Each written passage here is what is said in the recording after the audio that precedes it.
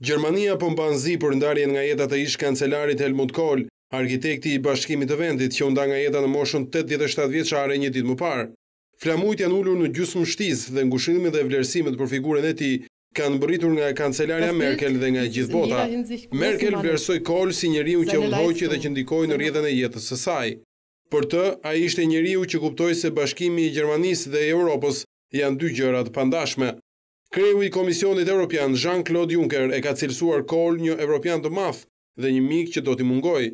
Presidenti francez Emmanuel Macron u shpreh se Kohl japi rrugë miqësisë mes Gjermanisë dhe Francës. Ngushëllime erdhën edhe nga presidenti rus Vladimir Putin, që e cilësoi si një nga patriarkët e politikës europiane dhe botërore, e që dinte të merrte vendime largpamse edhe në situatat më komplekse.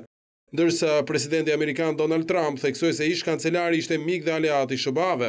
Kohl nuk ishte vetëm ati i Bashkimit të Gjermanive, por edhe avokati për Europën dhe raportet transatlantike, thuaj në deklaratën e Shtëpisë së Bardhë. Kohl ishte drejtuesi krishtian-demokratëve dhe kancelari që shërbeu më gjatë në detyrë nga viti 1982 deri në vitin 1998. Ai luajti rol të madh edhe për përkrajen nga Gjermania të monedhës së përbashkët evropiane.